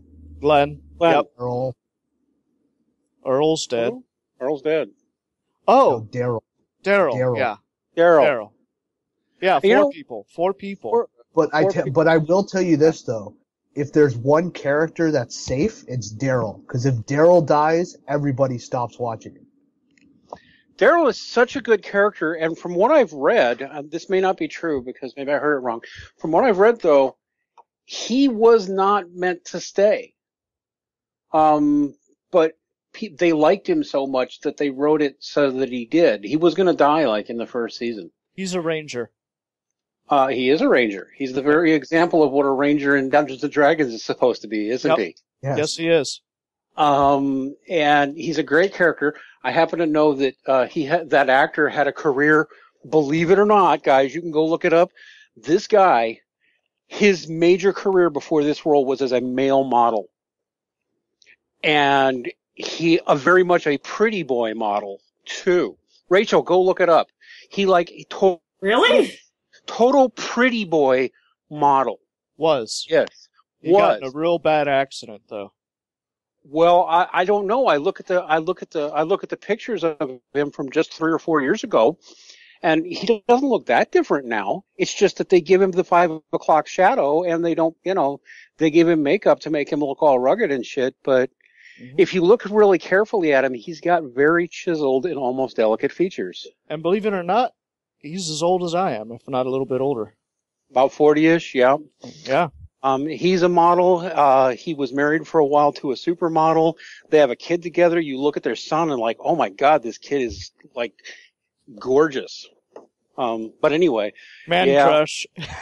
Man crush. No, not really, but he's a great character. He is a great character. But I love the fact that he actually in real life is a pretty boy and you'd never guess it. Well, I want to point something. Holy shit, man. I want to point something out. I'm looking at it right now.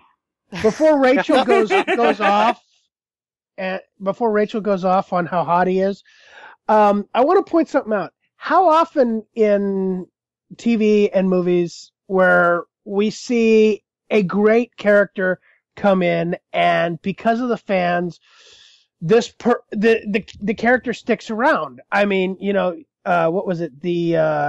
The exterminator in The Strain. You got Daryl here in The Walking Dead, and then of course Agent Coulson in Agents of S.H.I.E.L.D. I mean, he died in the Avengers, and they bring him back specifically for the show because the fans love him so much. Yeah. Yeah, and I like when that happens. Yeah,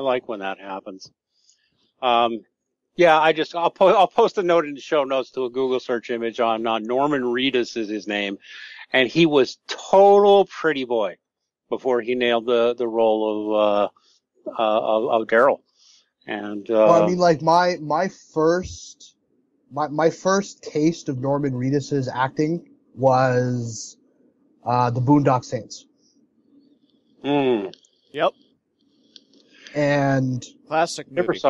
Never saw it. Maybe I need to. Oh my God, you're missing out. You are missing. You have no idea what you're missing. The Boondock Saints is an amazing movie. I'm not too keen on the sequel though.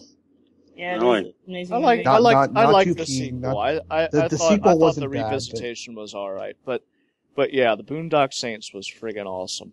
All right, I'm putting it in my Netflix queue. Putting it in my next. Oh man. So we have to force Jim and Rachel to go catch up on Walking Dead. That's all there is to it.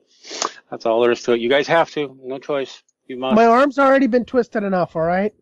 Yeah, okay. And you especially because you guys made me check out Gotham. And this time it's an awesome show. And you know what? I said it last week. You were supposed to tell us that Gotham was worth it. Now, since you weren't able to be here for the whole time last week, it's time for you to pony up. Dean, what did you think of Gotham? Gotham is worth every minute. It is great television. I still have not watched an episode of it yet. I got a friend, Dwayne, who is being stupid because he's a huge Batman fan, and he refuses to watch it because he saw the first episode and didn't like it. And like, Dwayne, you're an idiot if you're listening. And this is a great show. It's clear that they are once again rewriting the Batman canon. But this is one of those characters for which you can say, so fucking what? Right? I mean, because they've done that to Batman so many times, he's just continually reinvented anyway. So there are some things that if you've been reading the comics the last 10, 15 years, you're going to go, that can't have happened. It couldn't have worked that way. It's like, get over it. From Batman, the animated series, to the comics, to the movies, Batman just gets reinvented. He just does. Deal with it, right? I want to point something out. And there is a point where I can honestly point out, yes, this couldn't have happened. It was James, I don't know, James, what the last episode you saw, was it the fallout of what he did with the mayor? Did you see that? Which show are you talking about here? Gotham. I'm trying to. I haven't seen any of the shows yet. Oh. Yeah. Oh gosh. Well, then you might want to end turn it of off. this season is insane. I mean, I've seen a little snippets of it. I think I was in the room when my girlfriend was watching it, and well, then you might want to turn off your ears because I'm going to sit there and point to something that couldn't have happened. I mean, I've been reading Batman's for a long time. I've even gone back and read some of the very, very old stuff and into the original Detective Comics. There is no way that that Gordon could have spent time at Arkham unless it was a very short period of time. And the last episode I saw, that he was demoted and sent to Arkham. Yeah, well, that's not going to last.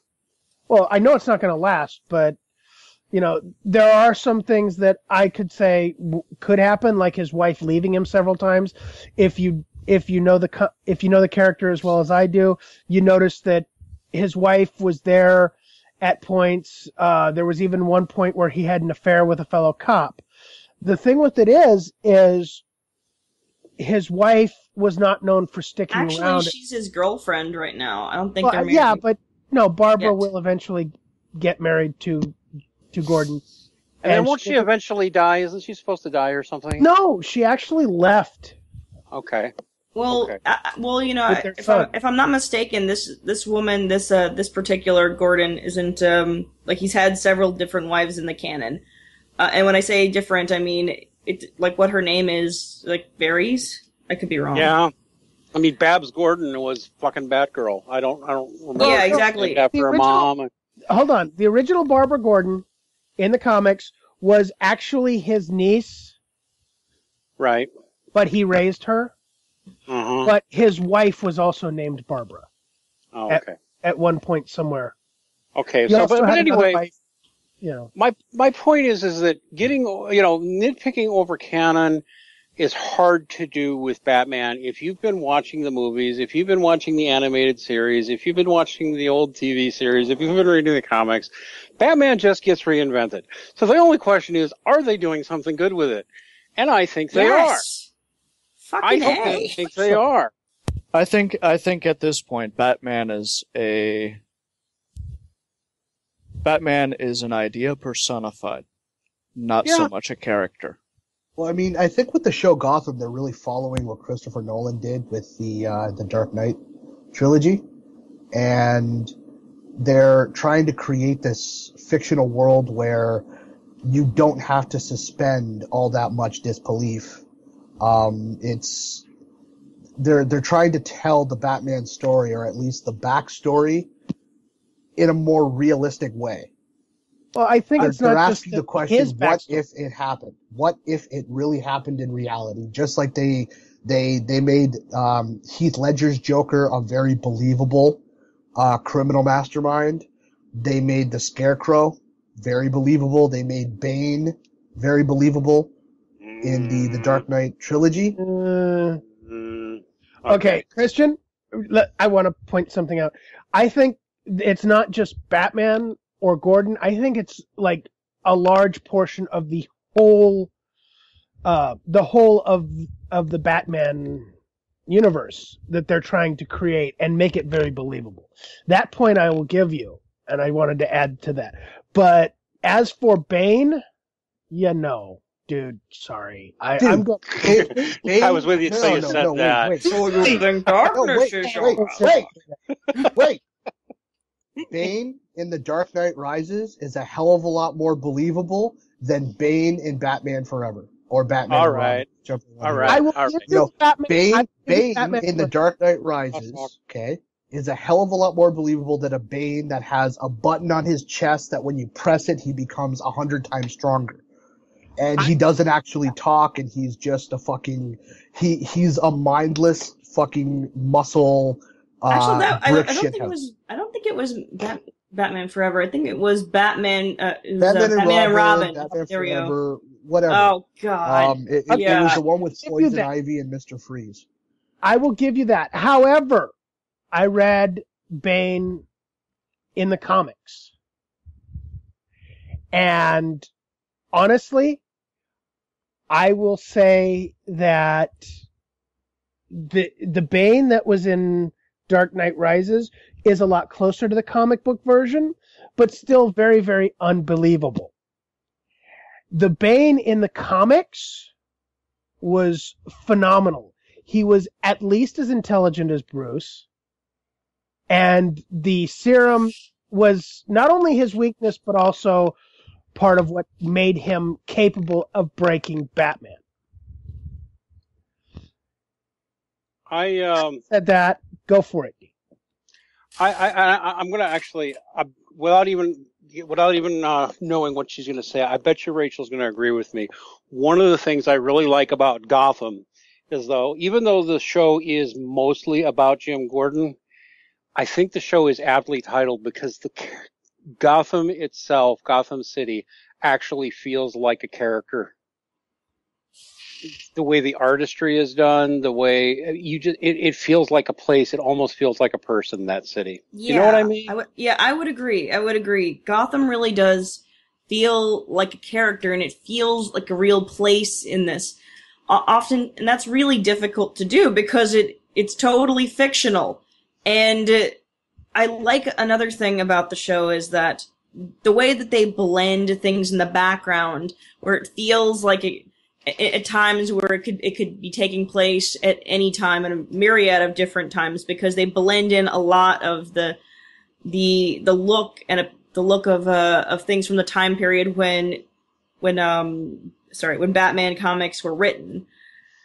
And they blend these different historical pieces in the background, and you can see it with the architecture and the choice of location and things like that. It's very easy to try and do Gotham in a situation where you've got where it's really corporate looking and where everything looks so incredibly modern, but it's very difficult to give it that multi-layered grit and that background information like they have. It's very difficult to accomplish that. And they very easily could have just slopped some things together, but they didn't, and I really appreciate it. Well, go ahead, Neff. No, go ahead. Okay, I want to point something out. Batman is a wonderful character, and what's kept him going for so long is the fact that he is a wonderful character. But every part of the Batman universe is full of wonderful characters. Some of them are kind of cheesy, I'll admit that. Firefly, yeah.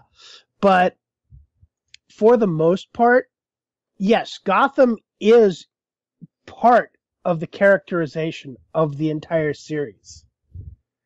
I think there's something about Gotham and the way Gotham is, as far as the city, that creates this strange effect, that creates these villains, these heroes. And I think if it wasn't for Gotham, I don't think Batman would be as interesting.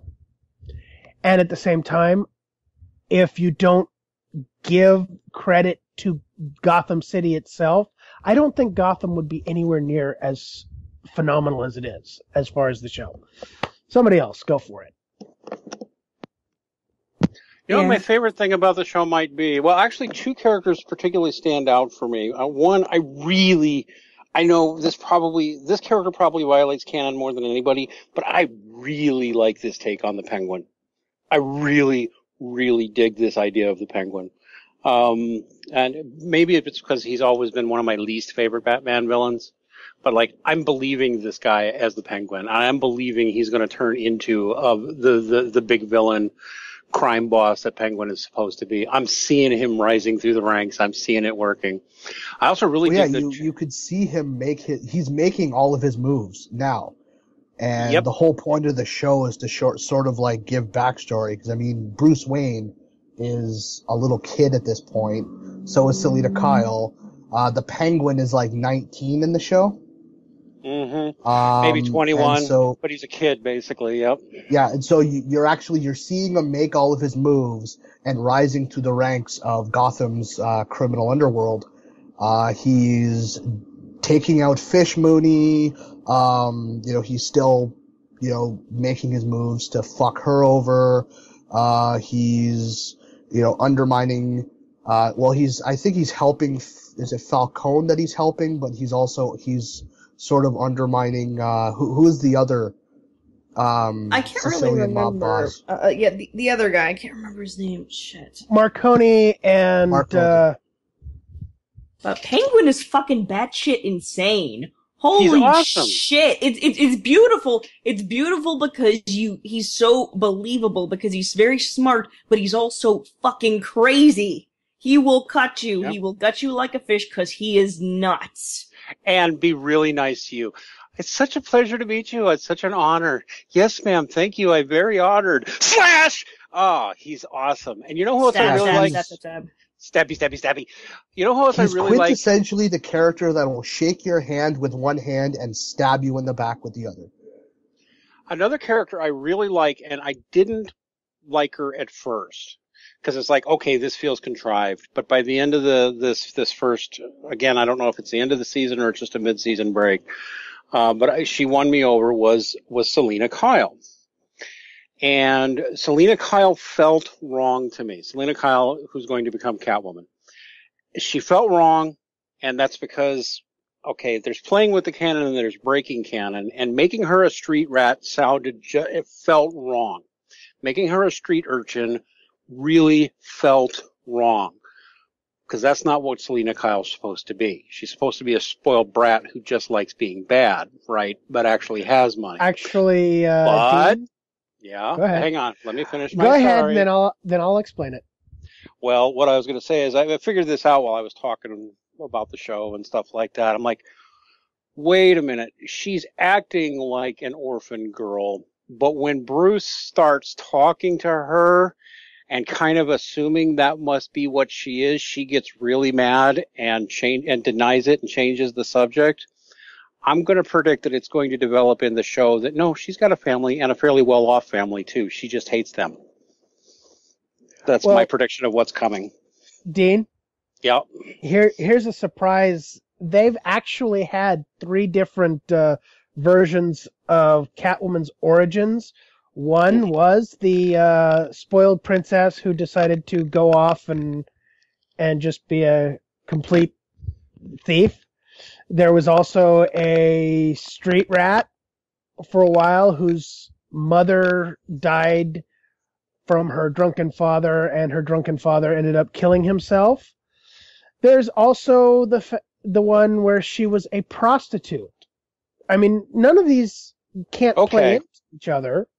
I'm going to predict that they're going to be, she's a street urchin by choice. That's going to be my prediction. It's going to turn out she's a street urchin by choice. She has every option in the world going back to her parents, who are probably wealthy, and she just hates their fucking guts. And that's what her backstory is. That's my prediction for her backstory. I disagree, though, because I don't see an issue with her becoming Catwoman, becoming this classy girl, because it is possible to rise up in the ranks. And she's still really young, and right now she's starting to understand things. She's starting to interact with people who are of, high class. And I think what's going to happen is at some point she gets in with the higher class of villain. And that's sort of what changes the street rat into somebody who has the ability to walk with poise and turn on the charm and turn on the seductive appeal and stuff like that. Well, I'm going to call it that I'm still going to call it she's a little too sophisticated for somebody who just grew up on the streets. She's already a little too sophisticated. I'm going to have to disagree with you, Rachel. I already see that stuff there with her right now. And I think that it makes her mousy, though. Very, very rough around the edges, but they only need a little bit of polish. I don't think there are very many people who aren't rough around the edges when they're young, and after a while become polished. But that's what I'm saying is I see a little bit less of the rough around the edges, more of the poise and the sophistication in the character of Selena Kyle. And I think the actress who plays her does a phenomenal job of making her a very believable character. Yeah, she does. Hats off to her. I really like her.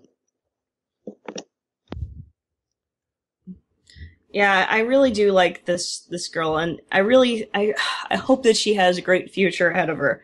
I really do.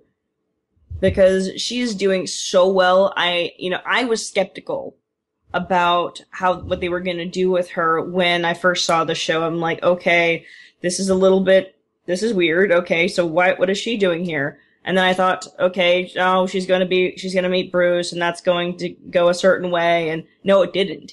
It didn't go the way I expected. It didn't go as much of the pandering route as I expected. It went in a way that it felt like it left you wanting for more.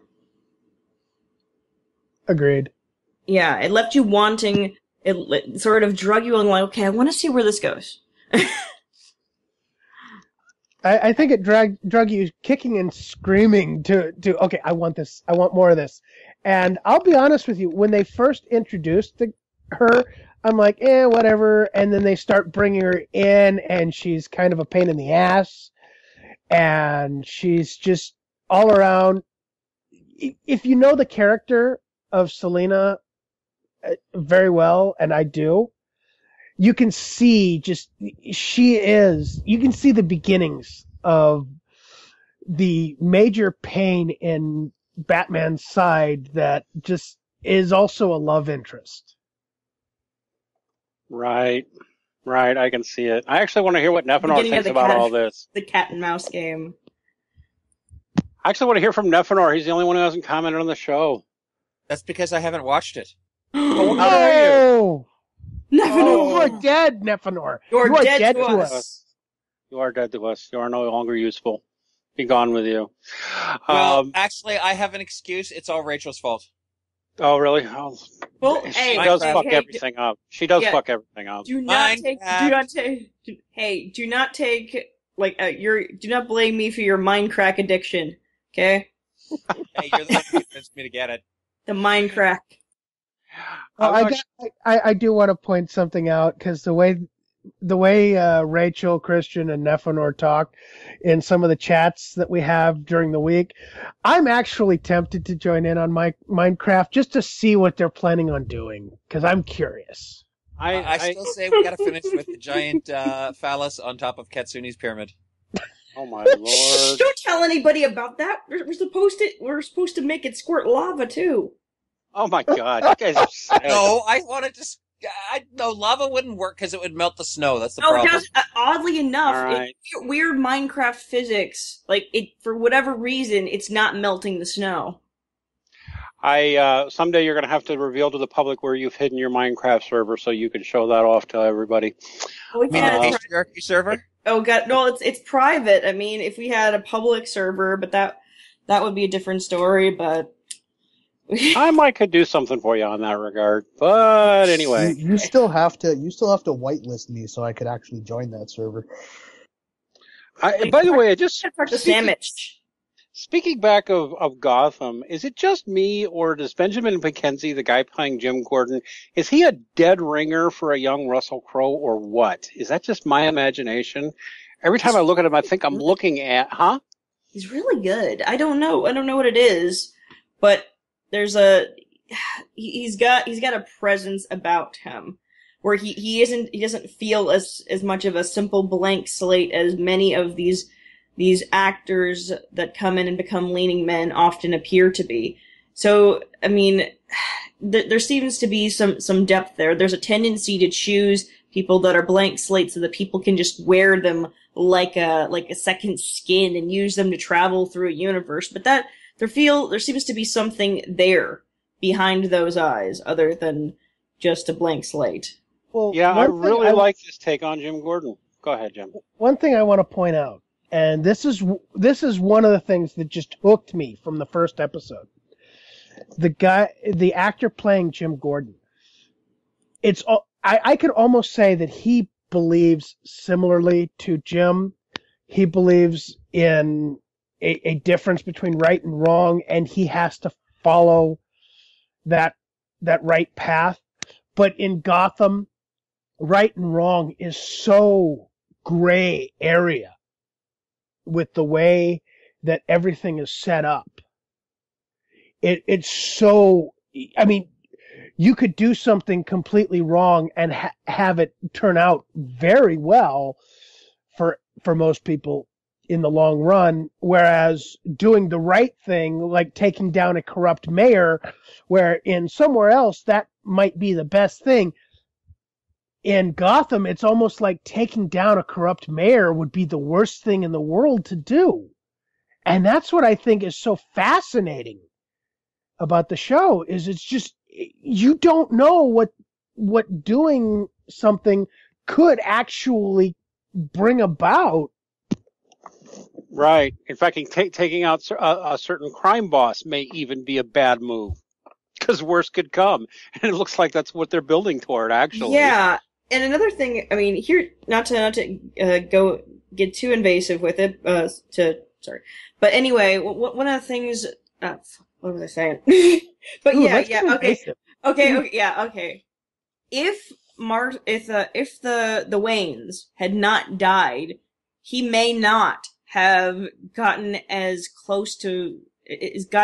involved with, coming against the corruption within the police force. That he might not have been able to see it so much early on, and he could have easily been taken out earlier. I mean, if things had played out any differently, Jim Gordon may not have been the way he was. So there's something about the Wayne case and seeing that young boy all alone in the world that sort of said to him, like, okay, I can't just sit by and let things happen the way they are. Well, I think that's actually the overarching theme of Gotham. Because yes, it is Batman's story and how he got to it, but everything is to some degree tied in the Batman universe to the death of Thomas and Martha Wayne. And just think about, Marvel Comics used to do a what if. So what if, even if Thomas Wayne had survived or Martha Wayne had survived, how would it have affected the events that led to Bruce becoming Batman? And I think that's it. It all goes back to the death of Thomas and Martha Wayne in the show. Oh, absolutely. I mean, there's several things that simply could not have happened without that death. I mean, think about, you're already seeing an emerging Poison Ivy. And how she probably would not have become Poison Ivy if not for the death of her father. Yeah, that one still feels contrived to me. Yeah, it feels weird, but it's sort of like they're dragging people through all this. And think about the Penguin. Would he have had would he have become what he was? Would he have had that opportune moment to just fuck everyone, to throw them under the bus? He might have gotten it. I mean, if things had played out any differently, he'd have been just whacked like so many others. Yeah, taken out of the picture. I think that's what keeps me coming back, is how does it all play into the death of Thomas and Martha Wayne? How does the death of two people just create a butterfly effect? I think that's what makes the show the most interesting show I've seen in a long time. And there's the bottom line, too. There's not a single superhero or supervillain to be found anywhere in this show. For anybody who hasn't been watching along with us, there is not a single superhero or supervillain anywhere in sight. There's nobody. Everybody is just human and has quirks and has weird stories, but there is no, you can see how it's going to develop into a universe where Batman could happen. But there's no Batman. There's no Joker. There's no Riddler. There's no Two-Face. There's really no Penguin. Well, Penguin is a guy's nickname because he walks funny. And that's it. So you're just watching things develop, and it's a great I want to see what show. happens to Enigma. I want to see how he becomes Riddler, because right now he is this very smart guy, very detail-orientated, obsessed with these details, and he's very, very OCD. kind, very OCD. but you almost want to see what is the thing that cracks him. What is the thing that makes him go over the edge? Well, I mean, here's a question for Jim, because Jim, you've read pretty much all of the Batman comics. How many different origin stories are there for Edward Enigma? I don't think they've really had a whole lot going into his origin. In fact, I think Gotham is the one that's coming closest to actually having some form of origin as to what creates Enigma. Yeah. As far as I know, I mean, he was just a guy obsessed with riddles who found out about the Batman and just ended up becoming a criminal. I could be wrong, but that's the only thing I've seen. Like, wasn't he supposed to be somebody who was working at Wayne Enterprises, who was very underappreciated, but this unseen genius. He was invisible to most people, and he had all these like really, really great ideas, but nobody was paying any attention to him. No, that's Batman. Batman Forever. Yeah, it's Batman Forever. It's just. So that was just Joel Schumacher not really knowing what he was talking about then. Yeah, generally. Yeah. Fuck Joel Schumacher. I mean, even Two-Face in Batman Forever, they did a really bad job with him. But the only thing they got right about it was, he was a prosecutor and he went insane when he got acid splashed on his face. But that's about it. I see it's kind of getting to the end of the show. I think, Christian, you want to handle the wrap up, or shall I continue on as host? Do your thing, man. Okay, well then I guess it's time for final thoughts. Okay, final thoughts on anything we've talked about or anything else. And Christian, since you were late, we're going to start with you first. I just really hope that they handle things properly if they introduce a female doctor, and I sincerely hope Peter Capaldi's doctor doesn't die in the Christmas episode and we're forced to only get one series out of Peter Capaldi. I really want to see what they could do with Peter Capaldi once they get a more interesting and once they get a companion that is more cohesive with Capaldi as an actor. So, sure, I don't have a problem with a female doctor as long as it's done right and it's not shoehorned. But I really want to see at least one more series with Peter Capaldi. All right, Nephenor. I would just like to say that you can't kill Gamergate no matter how many times you say that it's dead, because we're already dead inside. Rachel? Gotham is fucking awesome. Keep fucking watch it, Nephenor. God damn it. And also... Then get me off of Minecraft. Also, be careful with the mine crack, okay? it's addictive. Dean? I want to see that Minecraft server at some point, but I'll be too busy this week probably. Yes, Gotham is awesome. And anybody who hasn't caught up on Walking Dead should fucking catch up, because it's really good. And I guess that... Oh, Stephen Moffat, take my suggestion. Start doing longer storylines. It'll improve Doctor Who. That's all I got. Okay, and the puppet master, James Huff, do you have anything? No, I do not, other than Beth is dead. Damn it, it's just not right.